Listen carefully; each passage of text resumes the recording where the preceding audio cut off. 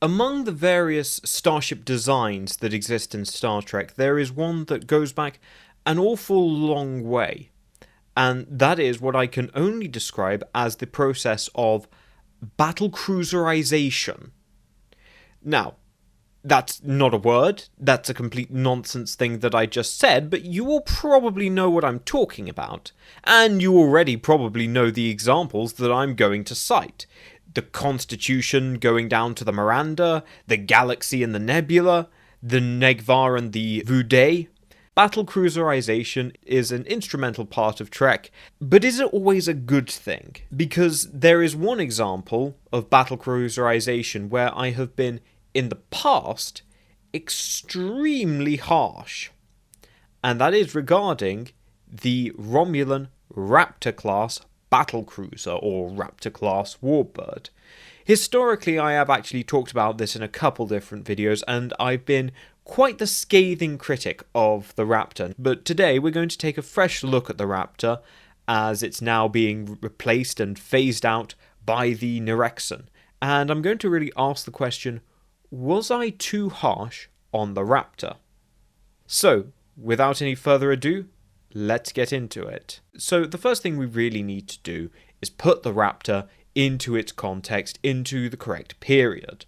You see, the Raptor was launched around about 2360, about 5 years after the Diduridex. The main reason that the Raptor even exists is because the Diduridex project ate up a lot of resources. So in order to secure continued funding for this very ambitious project, Talari Starworks said, don't worry, we'll also supply you with a battlecruiser design as well. A battlecruiser design will come out of this as well. So you don't need to pull funding from the Diduridex project and go and look to competitors for a potential battlecruiser replacement for the Danios. We'll give you a battlecruiser on top of the Diduridex. And even better, it's going to be modular. The Diduridex and this battlecruiser will be a modular system, so you can chop and change as you very well please. It will be cheaper, it will be logistically simpler, it will provide you modularity between different classes, you know, all the typical business selling points that you tend to hear, modularity, as they like to say. But is this in fact a bit of a false economy? Because what does the Raptor actually do? What does this ship actually do here?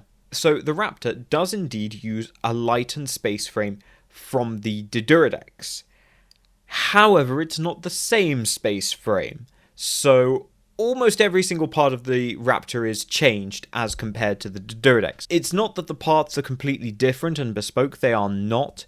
It's more tied to the fact that the parts are constructed very differently, and so by the time you end up with a finished product, you end up with ships that are very, very different and that realistically can't chop and change parts between them. But there is some validity in saying that it is modular, but it is modular in the sense of construction stages, not as a final product. By the time you get to the final product, no, the Raptor and the Diduridex are very, very different ships with very, very different components. The nacelles on the Diduridex are differently shaped. The wing of the Raptor is the same wing as the Diduridex, but it's shaved down by quite a lot. A lot of mass has been taken off. The head is completely different. They put a completely different head on the Raptor, because if you put a Diduridex head on it, it was going to be just ridiculously front heavy. It wasn't going to be dynamic at all. So it has its own head and its own neck. So it's unfair to say that it has nothing in common with the Diduridex, but certainly the promises of modularity were not completely delivered on. The Raptor somewhat falls short of what it was promising to do, but essentially internally it is very similar. We have the same dorsal wing section, which contains the ship's quantum singularity reactor, and it's the same reactor as in the Diduridex, so similar levels of power, Obviously, that now goes towards more speed. But what it ultimately means is that because we've only got that top wing, we've lost everything that was in the bottom wing of the Doduridex, and that was most of the utilities. That was most of the shuttle bays, most of your science labs, and all the other things that the Romulans love to do. It is also marked with a lighter firepower. Now, I'm not going to say that it is in total inferior firepower, because it's pretty close. Instead of multiple heavy disruptor turrets, we instead have a mix of plasma phasers, which are really a secondary weapon, pulse disruptors, which are the main primary weapon, as well as torpedo launchers. Now, this is lighter firepower, but it is complemented by the fact that the Raptor is significantly more maneuverable than the Doduridex, although that's not really saying that much. That's a fairly low bar to set. So we've established what features the Raptors have, but what does that actually mean in practice? What does the Raptor do as part of the Romulan fleet? What role does it fulfill? So it is a genuinely true battle cruiser. There's some ships in Star Trek which are battle cruisers, but aren't necessarily used in the way an actual battle cruiser was used historically. But the Raptor class actually is used as a battle cruiser. It is used as a vanguard, as force recon, so it will lead in the attack. It is the first one to get sight on the enemy and engage them. It also does serve quite effectively in a more open role as a hunter-killer, so going out doing commerce raiding, taking out enemy destroyers. This all sounds very good on paper. But what about in practice? Because the reality is that with most Romulan fleets, they have 4 Raptors, and granted, they only have a total of 12 Duridexes, which you might say is a bit of an odd ratio, but the idea being that, you can't have just a huge amount of reconnaissance. The reality is that in terms of doing force protection, so screening your force from enemy threats, basically what the Raptor will run into a lot of the time is that it lacks numbers. And so its actual reach in terms of, going and finding enemy is limited by the fact that there's 4 of them. Most of the time, they're going to be operating in pairs. So, reality, you've got 2 sensors that are reaching out and having a look for the enemy. So it does leave you quite blind as compared to other ships. Now, the part of the reason is, well, if you had half your fleet as Raptors, well, then you end up with half of your fleet that then is not going to be super useful in a general engagement. It's not going to be as overwhelming and powerful as having 3 Cortaris of Doduridex, bearing on mind, of course, that the 4th Cortari is the flag/reserve Cortari, which you don't actually want to commit. Most of the time when the Romulans are fighting in the Dominion War, they're fighting with 2 Cortaris, and the Raptors are then doing scouting or skirmishing or reconnaissance, or they're harrying retreating enemies, while the command/flag Cortari is hanging back and acting as a reserve. Because of these limitations with the Raptors, and the limitations of Romulan doctrine, it ultimately means that the Raptor is blindsided by attack ships, and not just by the fact that it can't catch them. That's the most obvious problem that attack ships pose for Raptors, is that they're too small and too nimble, and the Raptor is not maneuverable enough to actually catch and kill them. But it more extends to the fact that the attack ships can do the Raptor's job, and they can do it better. You see, I mentioned that whole thing of force protection. Let's say you've got 2 wings of Jem'Hadar attack ships, and you send them out to do reconnaissance. Right, that's a low level of commitment. But if you wanted to counter that, you're going to probably need both Raptor Cortaris in order to ensure that you don't get discovered. In which case, you've committed your full screening force. You also, all the time that you're dealing with those Jem'Hadar fighters, you're blind. You don't know what's going on because your reconnaissance force is having to just spend so long taking out the enemy reconnaissance, and it'd be all too easy for just 1 or 2 Jem'Hadar fighters to just slip through the net. The attack ship can be used both as a vanguard, as force recon, and as a commerce raider. Although their matchup against destroyers isn't great, that's at least one thing that the Raptor does have in its corner, is that it can swat aside destroyers very easily, whereas of course the little attack ship cannot. That being said, there's an awful lot more attack ships out there than there are raptors, and they're a lot more flexible in what they can actually do, and they're very capable of outperforming the raptor in its job. Part of the reason that the Romulans are so slow to move during the Dominion War, why they sit around for so long, is because it takes them ages to gather reconnaissance. Each fleet is only doing this with the 4 raptors that they have, and they can only be in so many places at once. And that means that your intelligence picture is quite narrow, and that means that your actual chances of carrying off a successful offensive when your information space is so limited is not amazing. Your raptors might have made contact with an enemy force and you think, excellent, right, we'll engage them. But in detecting them, you don't necessarily have the reconnaissance assets left to know what's behind them, what's in support. You're going to find out a lot very suddenly when you get there, and you may well be in for a bit of a rude awakening. The other thing to mention with the Raptor is that by the time of the Dominion War, it's no longer the only battlecruiser on the block. I'm not going to say that the Nebula class is a battlecruiser, it just isn't. It's a light battleship, whatever you want to call it, but it is not a battlecruiser. But suffice it to say that you still have ships like the Jem'Hadar battlecruiser, the Klingon Vuday class, the Federation Parliament class, and of course you have the Sovereign class. Now the Sovereign class is not a battlecruiser, it is a fast battleship. Nonetheless, because it's sort of a fast battleship, it does end up crossing over into that role and kind of puts all other battlecruisers under pressure. The Jem'Hadar battlecruiser is basically a command ship. It's not really meant to be a frontline combatant. It's not really doing much of what the Raptor was meant to be doing, so it's not necessarily competing with it. It does show how you can use a battlecruiser quite differently. The Jem'Hadar battlecruiser is extraordinarily versatile. It can handle all sorts of targets and is a home in most engagement scenarios. Its main role really is just to provide fire support, and in that it's excellent, and as a sort of protective locus around which Jem'Hadar fighters can rally. Raptor doesn't do that. Raptor doesn't serve as a rally point. The Vuday. The Vuday is an interesting one because you could again argue, much like the Nebula, that it doesn't quite qualify as a battlecruiser because it's just a battleship missing the siege guns.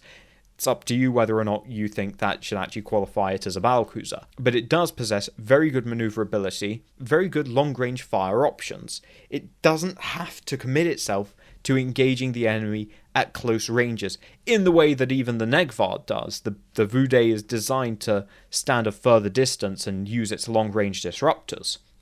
So what about the Raptor? Raptor has to get in close with its disruptor cannons.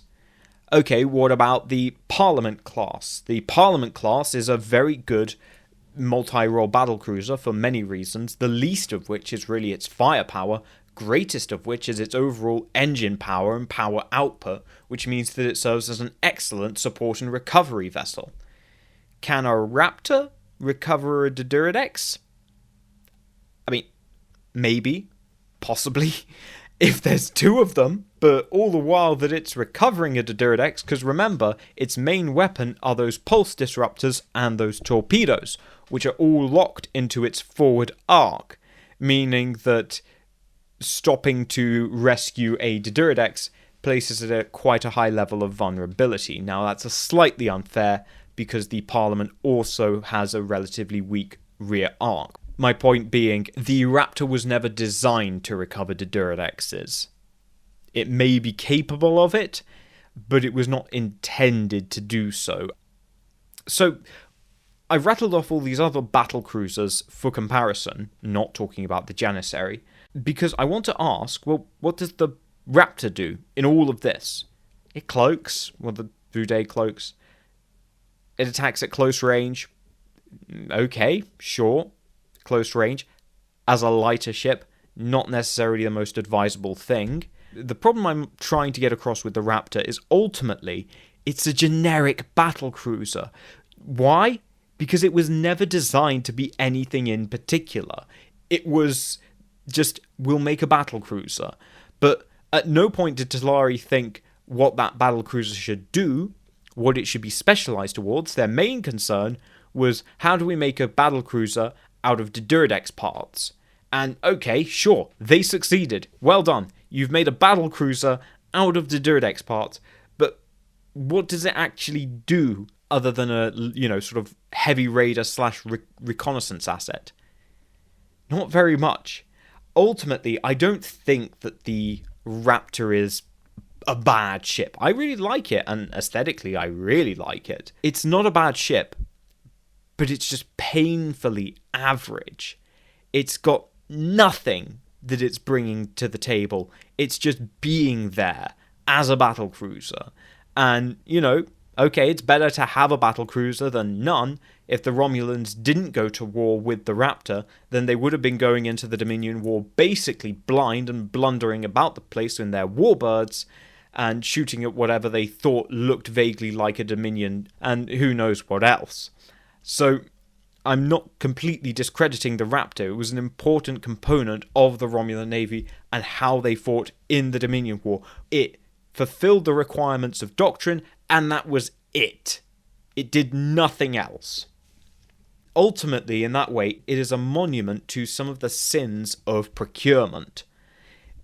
You have this overblown, over-budget project in the form of the Diduridex program, and that leaves basically no room for anything else. Ultimately, that itself is a sin of project management, and because no one really had the courage to turn down the Diduridex or say that no, Talari has to give us a finished product now with the money that you have, because of that, and because of the project creep, we then end up with the Raptor. And also, arguably, we ended up with the Raptor because of petty rivalry within Imperial High Command, and certain people were in favour of Talari building warbirds, and other people were in favour of Keskachar building warbirds. But those petty rivalries basically made it so that rather than the best battlecruiser winning that, it was whatever was good enough at the time, and that just so happened to be Talari, who were able to persuade the Imperial Navy that rather than actually think about their battlecruiser and design a ship that would better complement the Diduridex, they'd instead just build half of the Diduridex and save everyone a lot of money. And the ultimate expression of that petty rivalry is in the fact that no one thought to just upgrade the Danios. They could have upgraded the Danios, given it a singularity power core, and even by Dominion War standards, it would have still been perfectly satisfactory, certainly as a heavy cruiser, and possibly still served as an effective battle cruiser. Again, bearing in mind that Romulans always do things on a big scale, and certainly the Raptor is a good example of that. The thing's bloomin' massive, and it's a pretty massive mistake as well. So let the Raptor serve as a warning to anyone involved in project design and project management. Something is getting out of hand, you're losing focus, and then somebody says, oh, well, it's fine, because we'll make a derivative of this later down the road, and that can serve as this second product. Have the courage to tell them no. So thank you all for watching. I hope you enjoyed this video. Please like and subscribe. Let me know what you think in the comments below, and I will see you all in the next video. Thank you to my members for supporting the channel. My glorious Navarks, Tully DT, David Reeves, Rella, and Macross Schaffer. My loyal commanders, Philip Ty, Bird Monster, Jeff Hallam, Mark Philippe, Robert Sampson, Sean Farrell, Narrator, Nathaniel Mead, Adam Bowman, Gabe Logan, DM Tribal Typhoon, Nicholas Walsh, Martin McConville, JC Tech Wizard, Alcara Dreamer, Joe G, You Don't Know Trek, and Scotty O. And I salute my Centurions, Pendlebury, Marcus Hall, Julian Arnott, Freedom Trooper, Okokatum Questo, John Nicole, Athletes Collection, Tobias Klein, Greg Martin, Marzarine, Bird of Play D3, Jamal Soto, and Khan the Skektal Overlord. And I thank all my sub-lieutenants. Thank you guys for supporting the channel, and I will see you all in the next video.